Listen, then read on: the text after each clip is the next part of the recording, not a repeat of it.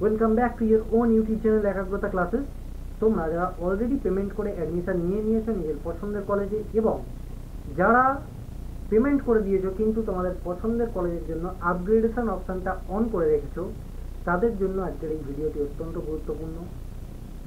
তোমাদের মনে একটা প্রশ্ন আছে যে দাদা, আমরা যারা আপগ্রেডেশনের জন্য অ্যাপ্লাই করেছি আমরা কি এই যে কলেজে এখন পেমেন্ট করেছি সেই কলেজে ডকুমেন্টসগুলো ভেরিফাই করতে যাব?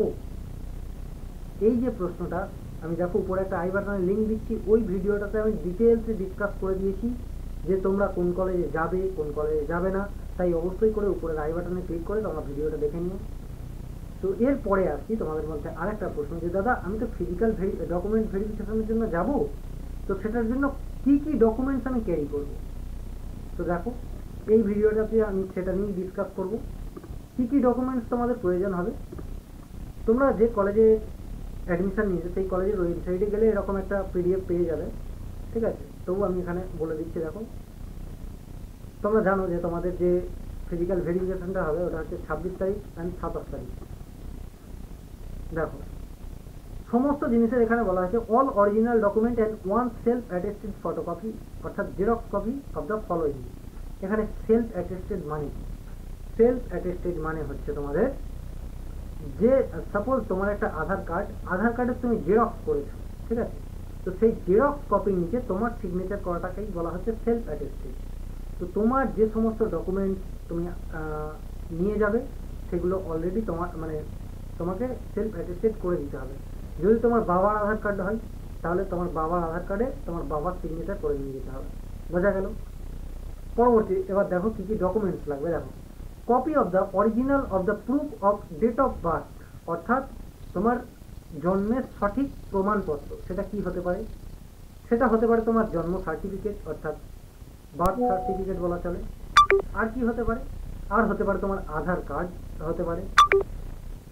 বোঝা গেল? পরবর্তী দেখো কি বলা হয়েছে, অরিজিনাল অফ 10+2 রেজিস্ট্রেশন সার্টিফিকেট অর্থাৎ ক্লাস 12-এর বা দ্বাদশ শ্রেণীর তোমার ক্লাস 12-এর রেজিস্ট্রেশন সার্টিফিকেট, ক্লাস 10-এর মার্কশিট, ক্লাস 12-এর marksheet, original of the respective social category certificate is applicable.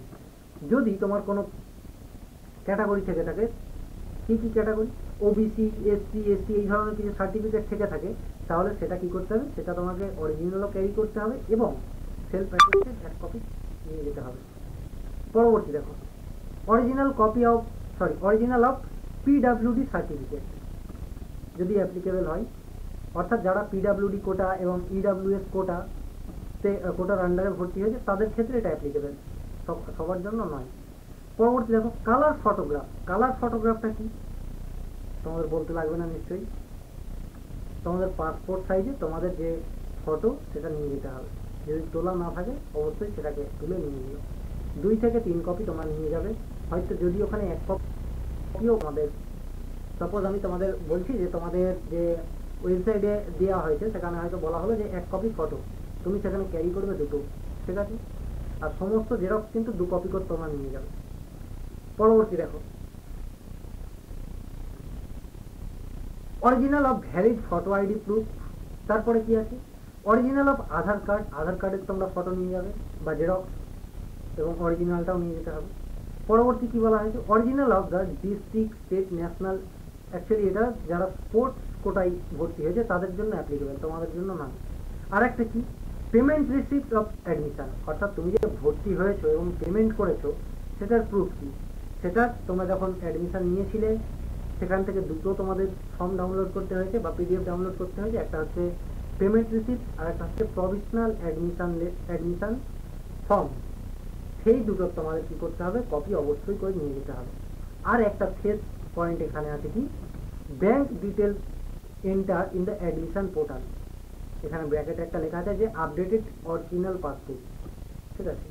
Updated মানে তোমাদের ব্যাংক যেটা আছে অর্থাৎ সেখানে সাপোজ তোমার সিগনেচার চেঞ্জ থাকে, ফটো চেঞ্জ থাকে, সেগুলো আপডেট করে তবেই তুমি সেটা সমস্ত জিনিস, কিছু কিছু ব্যাংক কি হয় তোমাদের যে ওটাকে কি বলে আইএফএসসি কোড হয় সেটা চেঞ্জ থাকে, তো আপডেট করে তোমাকে সেটা অবশ্যই নিয়ে যেতে হবে। আর 2 সেট অফ অ্যাপ্লিকেশন ফর্ম, তোমার যে অ্যাপ্লিকেশন করা হয়েছিল সেই ফর্মটা 2টো কপি নিয়ে যেতে হবে। তো বোঝা গেল সমস্ত তোমাদের কি কি ডকুমেন্টস লাগবে, কি কি লাগতে পারে। এছাড়াও যদি তোমাদের কোনো কিছু কোয়ারি থেকে থাকে সেটা অবশ্যই তোমরা কমেন্ট বক্সে জানাও।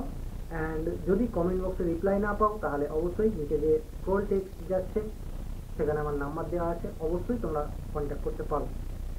তো আশা করি সমস্ত কিছু বোঝা গিয়েছে। অ্যান্ড অবশ্যই করে তোমার বন্ধুদের সঙ্গে ভিডিওটি শেয়ার করে তাদেরকেও জানার সুযোগ করে দাও যে কী কী লাগবে। ঠিক আছে, থ্যাংক ইউ।